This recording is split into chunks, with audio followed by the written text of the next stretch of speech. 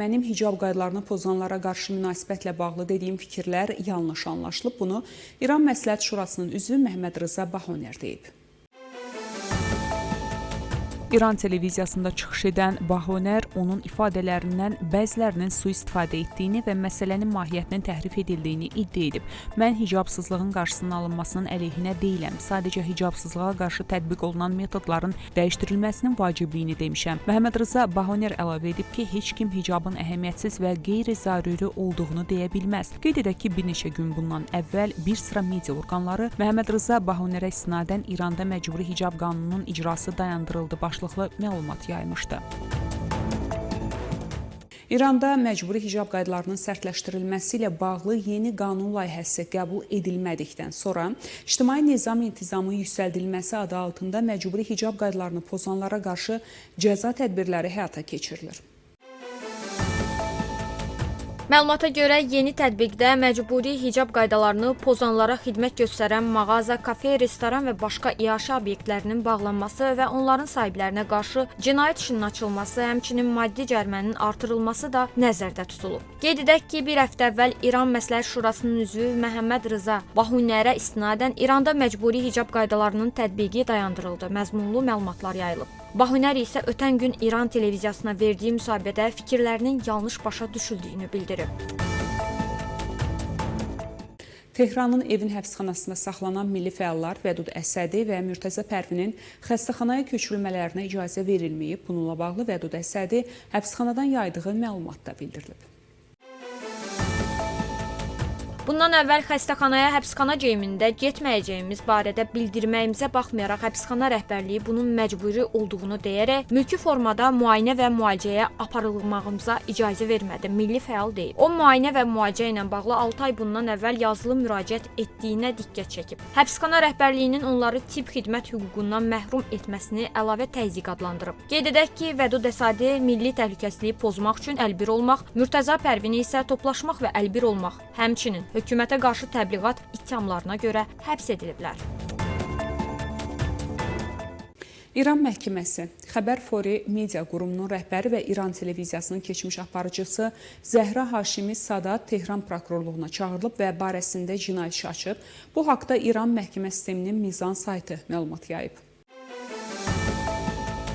Məlumata görə jurnalist 2021-ci ildə İbrahim Rəisinin seçki qabağı təbliğatı zamanı İran televiziyasının seçkilərlə bağlı tərəfli mövqeyi barədə fikirlər səsləndirdiyinə görə təzyiqlərlə üzləşib. Qeyd edək ki, 12 günlük İran-İsrail qarşıdurmasından sonra media qarşı təzyiqlər artıb və 150 jurnalist işdən qovulub. Azad İnformasiya Yaxınının Müdafiə Təşkilatının son hesabatına əsasən, cari ilin ilk yarısında İranda 46 jurnalist və media qurumuna qarşı cinayət işi açılıb.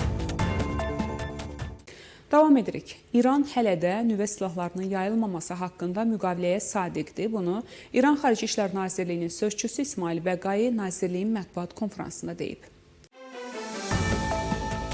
Beynəlxalq Atom Enerjisi Agentliyi ilə əldə olunmuş razılaşma çərçivəsində İran yeni şəraitdə konstruktiv əməkdaşlıq mühiti yaratmağa çalışıb. Lakin təəssüf ki, 3 Avropa ölkəsi bu xoşniyyətli yanaşmadan faydalanmayıblar. İran əvvəlcədən bəyan etmişdi ki, ölkəmizə qarşı istənilən düşmənçilik addımı, o cümlədən ləğv edilmiş qətnamələrin bərpasına yönəlmiş cəhdlər Qahirə anlaşmasının icrasını qeyri-mümkün edəcək, İsmail Bəqai bildirib. Qeyd edək ki, bir müddət əvvəl İran və Atom Enerjisi üzrə Beynəlxalq Agentliyi arasında Misirin paytaxtı Qahirədə razılaşma əldə olunmuşdu. Lakin İrana qarşı Avropa sanksiyalarının bərpasından sonra rəsmi Tehran bu razılaşmanın mənasını itirdiyini bildirmişdi.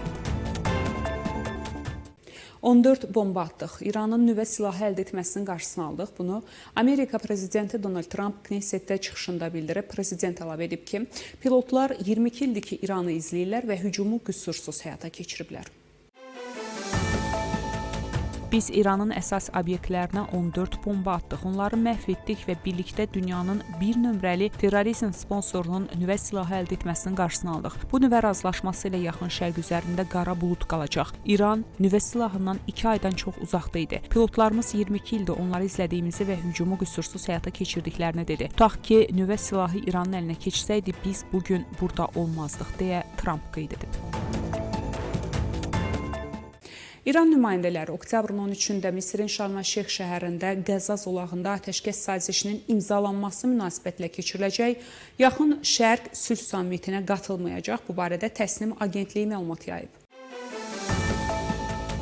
Məlumata görə dəvətə baxmayaraq İran hökumətinin nümayəndələrini heç bir sammitdə iştirak etmək üçün Misirə uçmağı planlaşdırmır. İranla yanaşı İsrail nümayəndələri də Qəzza zolağında atəşkəs sazişinin imzalanması münasibəti ilə Misirin Şarm-el-Şeyx şəhərində keçiriləcək sülh sammitinə qatılmayacaq. Bu barədə jurnalistlərə İsrail hökumətinin nümayəndəsi Şoş Bedrosyan bildirib. İsrailin heç bir nümayəndəsi sammitdə iştirak etməyəcəyi o deyib. Qeyd edək ki, İsrail və Həmas Misirin vasitəçiliyi ilə atəşkəs razılaşmasına nail olub. Razılaşma oktyabrın 10-da İsrail qoşunlarının Qəzza zolağında qismən çıxarılmasından sonra qüvvəyə minib. Qasım Süleymaninin öldürülməsi dünyadakı balansı dəyişdi. Bu fikirləri İsrailin baş naziri Benyamin Netanyahu parlamentdəki çıxışında deyib. Qasım Süleymaninin öldürülməsi dünyadakı balansı dəyişdi və Amerikanı yenidən əsas qüvvəyə çevirdi. Sinvar, Haniyə, Nəsrullah onların hamısı getdi, deyə Netanyahu qeyd edib. O, Amerika prezidenti Donald Trumpın İsrail üçün gördüyü işləri bir-bir sadalayaraq onu İsrailin indiyənə qədər Ağ Evdə oturan ən yaxşı dostu adlandırıb. Netanyahu Amerikanın İranın nüvə təsisatlarına hücumuna görə Trumpa minnətdarlığını bildirib. Gələcək illər sülh dövrü olacaq, deyə o əlavə edib. Buraxılışımız davam edir. Azərbaycan prezidenti İlham Əliyev Misirdə Fələstin dövlətinin prezidenti Mahmud Abbasla görüşüb. Azərbaycan və Fələstin liderləri Şarm-el-Şeyxdə Qəzza ilə bağlı sammit çərçivəsində görüşüblər. Qeyd edək ki, prezident İlham Əliyev Amerika Birləşmiş Ştatlarının prezidenti Donald Trumpın və Misir Ərəb Respublikasının prezidenti Əbdülfəttah əs-Sisinin dəvəti ilə Yaxın Şərq sülh sammitində iştirak etmək üçün Misirdə işgüzar səfərdədir. Azərbaycan, Pakistan, Türkiyə hər zaman bir-birinin yanında olublar və bir-birlərini dəstəkləyiblər. Bu fikirləri Milli Məclisin sədri Sahibə Qafarova bugün Azərbaycan, Pakistan, Türkiyə parlament sədrlərinin 3-cü üçtərəfli görüşünün açılış mərasimində çıxışında bildirib. Azərbaycan, Pakistan, Türkiyə parlamentlərinin əməkdaşlığı ortaq tarix, mədəniyyət, dini və mənəvi dəyərlərlə bir-birinə bağlı olan ölkələrimizin və xalqlarımızın qardaşlığına, birliyinə və həmrəliyinə əsaslanır. Spiker deyib ki, xalqımız 44 günlük Vətən müharibəsinin ilk günlərindən etibarən Türkiyənin və Pakistanın ölkəmizə göstərdiyi siyasi və mənəvi dəstəyi heç bir zaman unutmayacaq. Onun sözlərinə görə Azərbaycan da bütün məsələlərdə hər zaman Türkiyəyə və Pakistana dəstək nümayiş etdirib. Ötən dövr ərzində Azərbaycan, Pakistan, Türkiyə üçtərəfli əməkdaşlıq mexanizminin Parlament, Xarici İşlər və Müdafiə Nazirlikləri səviyyəsində həyata keçirilən fəaliyyətlər nəticəsində ardıcıl şəkildə inkişaf edərək zənginləşdiyinin şahidi olduq. Azərbaycan və Türkiyə prezidentlərinin Pakistanın baş nazirinin 2024-cü ilin iyulunda Astanada keçirilən üçtərəfli görüşü və xüsusən də bu ilin mayında Azərbaycanın işğaldan azad olunmuş Laçın şəhərində baş tutan üçtərəfli zirvə görüşü bu mexanizmi keyfiyyətcə yeni mərhələyə yüksəltdi. Həmin görüşlərdə mahiyyət etibarilə qardaş ölkələrimiz arasında birliyin və həmrəyliyin daha da gücləndirilməsi, eləcə də üçtərəfli əməkdaşlığın siyasi, iqtisadi, ticari, nəqliyyat, enerji, müdafiə, humanitar və digər sahələrdə inkişaf etdirilməsi iradəsi nümayiş etdirildi. Bu iradədən qaynaqlanaraq bugün parlament sədrləri səviyyəsində keçirilən üçtərəfli görüşdə qardaş ölkələrimizin əməkdaşlığına parlament dəstəyinin gücləndirilməsinə yönəlmiş qətiyyətimizin bir ifadəsidir. Parlamentarilər birgə səylərlə bu məqsədə nail olacaqlar. Araz dəhlizinin vacib komponenti olan körpünün tikintisinin bu ilin sonuna kimi yekunlaşması nəzərdə tutulur. Bu barədə Baş nazirin müavini Şahin Mustafayev Bakıda keçirilən Azərbaycan, Rusiya və İran hökumət nümayəndələrinin üçtərəfli görüşündə çıxışı zamanı məlumat verib.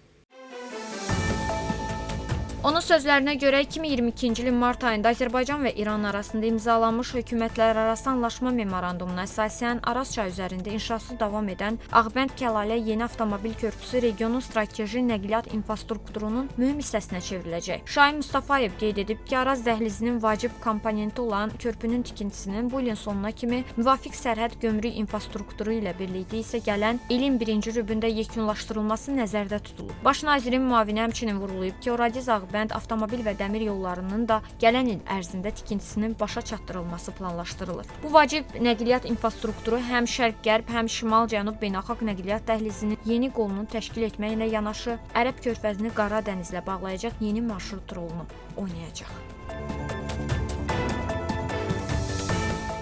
Xankəndi, Ağdərə və Xocalı rayonlarında 22 minə yaxın şəxs məskunlaşıb. Prezidentin xüsusi nümayəndəsi Elçin Yusubov Böyük Qayıdış proqramı çərçivəsində keçmiş məcburi köçkünlərin mərhələli qayıdışını və bərpa işlərini vurğulayıb. Xankəndi, Ağdərə və Xocalı rayonlarına 22 minə yaxın şəxs məskunlaşıb. Əhalinin köçü mərhələli şəkildə həyata keçirilir. Xankəndidə, Xocalı və Ağdərədə bərpa işləri aparılır. Bu ərazilərdə 6 minə yaxın keçmiş məcburi köçkün yerləşdiriləcək. Eyni zamanda iqtisadiyyatın bərpası, məşğulluğun artırılması və sahibkarlığın genişləndirilməsi istiqamətində tədbirlər görülür. İndiyədək bu ərazilərə 65 milyon manat investisiya qoyulub. Qarabağda Zəfərin 5 illiyinə həsr edilmiş Mənəvi Dəyərlər Həftəsi layihəsi gənclərin milli kimlik və vətənpərvərlik şüurunu gücləndirməyi hədəfləyir. Bakı Hərbi Məhkəməsində Ermənistan Respublikası vətəndaşlarının ittiham olunduğu cinayət işi üzrə məhkəmə prosesi sənədlərin elan olunması ilə davam etdirilir. Məhkəmədə müxtəlif sənədlərlə yanaşı Ermənistan Silahlı Qüvvələrinə məxsus bir sıra məxfi sənədlər də elan olunub.